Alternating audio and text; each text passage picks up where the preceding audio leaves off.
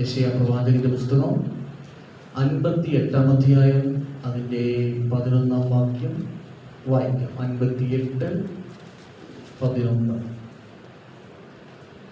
യഹോവ നിന്നെ എല്ലായ്പ്പോഴും നടത്തുകയും വരണ്ട നിലത്തിലും നിന്റെ വിശപ്പടക്കി നിന്റെ അസ്ഥികളെ ബലപ്പെടുത്തുകയും ചെയ്യും. നീ നനവുള്ള തോട്ടം പോലെയും വെള്ളം വറ്റിപ്പോകാത്ത നീരുറവ് പോലെയും ആകും. ദൈവനാമം മഹത്വപ്പെടുമാറാകട്ടെ. യഹോവ നിന്നെ എല്ലായ്പ്പോഴും നടത്തുകയും വരണ്ട നിലത്തിലും നിന്റെ വിശപ്പ് അടക്കി നിന്റെ അസ്ഥികളെ ബലപ്പെടുത്തുകയും ചെയ്യും.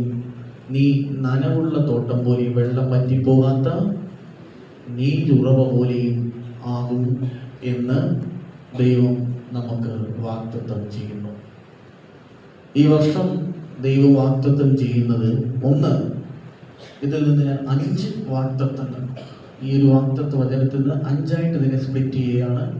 ഒന്നാമത്തെ വാഗ്ദത്തം, ദൈവം നമ്മെ എല്ലായ്പ്പോഴും നടത്തും.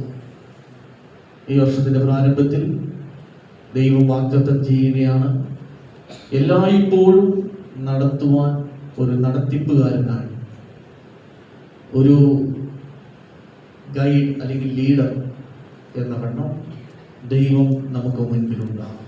ഇത് ദൈവത്തിൻ്റെ വാഗ്ദത്തമാണ്. എല്ലായ്പ്പോഴും എന്ന് പറഞ്ഞാൽ താഴ്ചയിലും ഉയർച്ചയിലും ഏത് കഷ്ട നഷ്ടങ്ങളിലും പ്രയാസങ്ങൾ ദുഃഖങ്ങളുടെ മധ്യേ സമ്പത്തുകൾ ദാരിദ്ര്യങ്ങൾ ഏതായിരുന്നാലും ഏത് പാതയിലും നമ്മെ നടത്തുവാൻ ശക്തനായി ദൈവം നമ്മോടുകൂടെയുണ്ട്. എല്ലായ്പ്പോഴും നടത്തുന്നവൻ, ദൈവത്തിന് മഹത്വമുണ്ടാകട്ടെ. എല്ലായ്പ്പോഴും നമ്മെ കരം പിടിച്ച് നടത്തും എന്ന് ദൈവം വാഗ്ദത്തം ചെയ്യുകയാണ്. ദൈവത്തിന് മഹത്വമുണ്ടാകട്ടെ. ആകയാൽ മുൻപോട്ടുള്ള വഴി ഇതെന്ന് നമ്മോട് പറഞ്ഞ്, അല്ലെങ്കിൽ നമ്മുടെ മുൻപിൽ എന്ത് എന്നത് ആലോചന നടന്ന് ദൃഷ്ടി നമ്മുടെ മേൽ വെച്ച് ആലോചന പറഞ്ഞു തന്ന് നമ്മെ ജയകരമായി നടത്താം എന്ന് ദൈവം നമുക്ക് വാഗ്ദത്തം ചെയ്യുന്നു. രണ്ടാമതായി എന്താണ്? വരണ്ട നിലത്തിലും നിന്റെ വിശപ്പ് അടക്കും. ദൈവത്തിന് മഹത്വമുണ്ടാകട്ടെ. വരണ്ട നിലത്തിൽ നിന്റെ വിശപ്പ് അടക്കും എന്ന് പറയുന്നത് ദൈവത്തിന് മഹത്വമുണ്ടാകട്ടെ. വിശപ്പ് അടക്കും എന്ന് പറയുന്നതാണ് ദൈവത്തിന്റെ വാഗ്ദത്തം. അതിനു മുമ്പ് 2 കാര്യങ്ങൾ എന്ന് പറയുന്നത് നമ്മെ ദൈവം നടത്തിവിടുന്ന പാതകളാണ്. എന്താണ് 2 പാതകൾ? വരണ്ട നിലവും വരും, വരണ്ട നിലത്തിൽ എന്തും വരും, വിശപ്പും വരും. അതില്ല എന്ന് പറയുന്നില്ല. ദൈവത്തിന് മഹത്വം ഉണ്ടാകട്ടെ. പക്ഷേ അവിടെ വിശപ്പടക്കുവാൻ ദൈവം നമ്മോടുകൂടി ഉണ്ടാകും.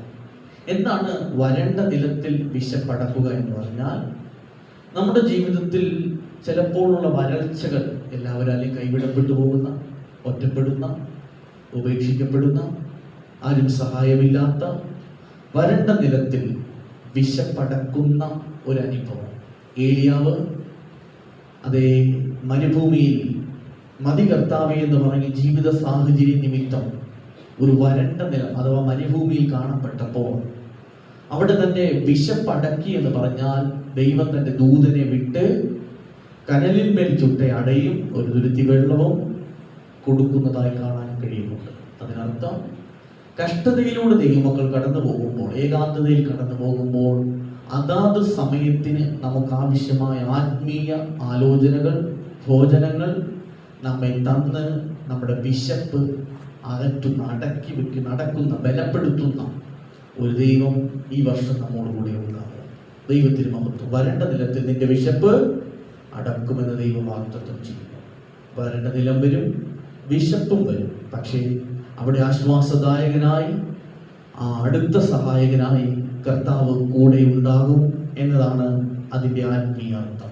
ദൈവത്തിന് മഹത്വം ഉണ്ടാകട്ടെ.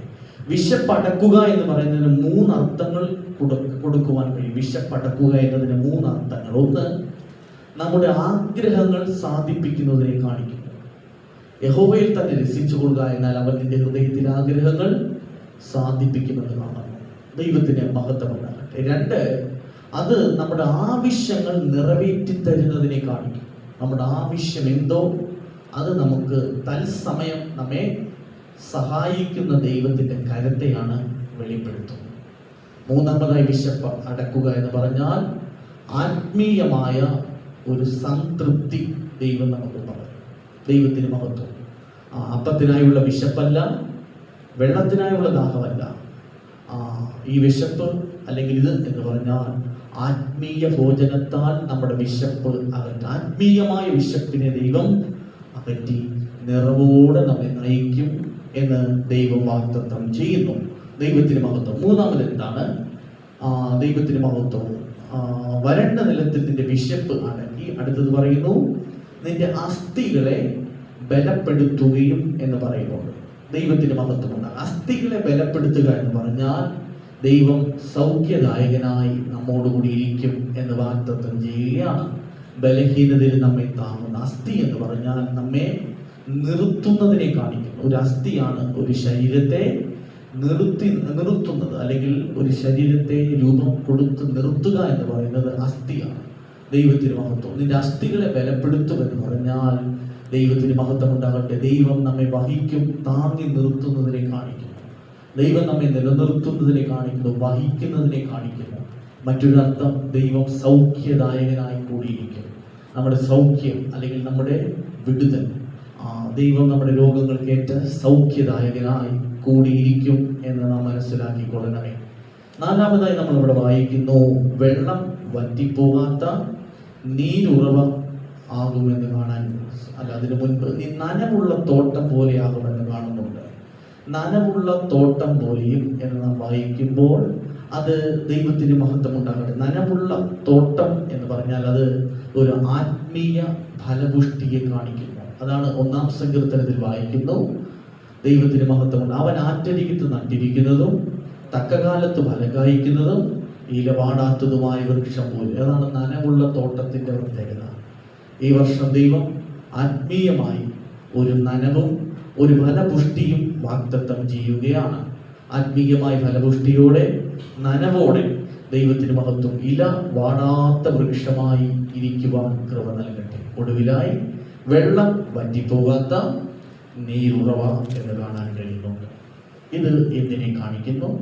വെള്ളം വറ്റിപ്പോകാത്ത നീരുറവ. ഒരു നീരുറവയിൽ നിന്ന് കോഴി കുടിക്കുക എന്ന് പറയുന്നത് പോലെ നമ്മുടെ ജീവിതത്തിൽ നാം ഈ വർഷം ഓരോ വ്യക്തി ജീവിതവും അനേകർക്ക് അനുഗ്രഹമായി മാറ്റപ്പെടുന്നതിനെ കാണിക്കുന്നു.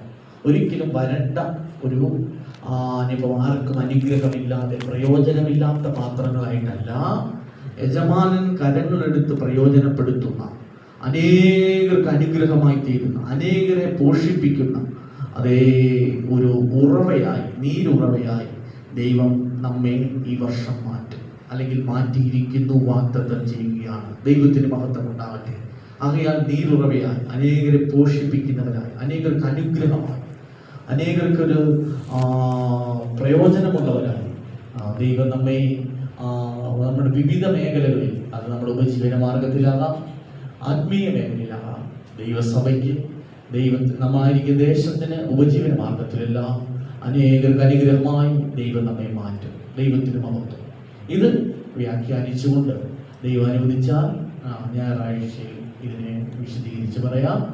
ഇപ്പോൾ ഇതിനെ വ്യാഖ്യാനിച്ച് അല്ലെങ്കിൽ വാഗ്ദത്തം എന്ന വണ്ണം ദൈവം നമുക്ക് തന്നിരിക്കുന്നുവെന്ന് മാത്രമേ ഉള്ളൂ. ദൈവകരങ്ങളിൽ സമർപ്പിച്ചുകൊണ്ട് സ്തോത്രം ചെയ്യാം. സ്തോത്രം, സ്തോത്രം, സ്തോത്രം, സ്തോത്രം, സ്തോത്രം, സ്തോത്രം.